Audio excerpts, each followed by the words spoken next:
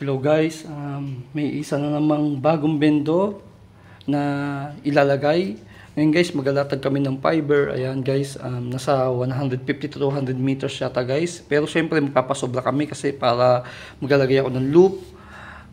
Maraming salamat sa mga sumusuporta guys. Yun nga, maraming gusto magpalagay sa amin ng bendo guys.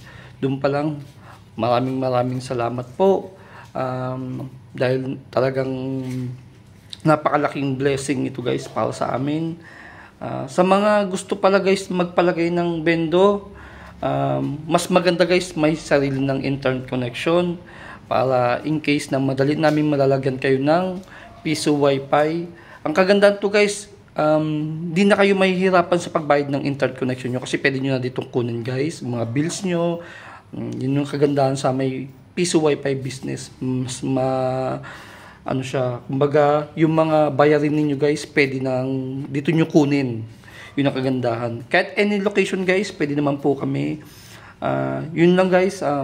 Maraming salamat ulit sa mga walang sawang sumusuporta sa amin dito nga sa Shock Gamers Network. Maraming salamat po. And God bless.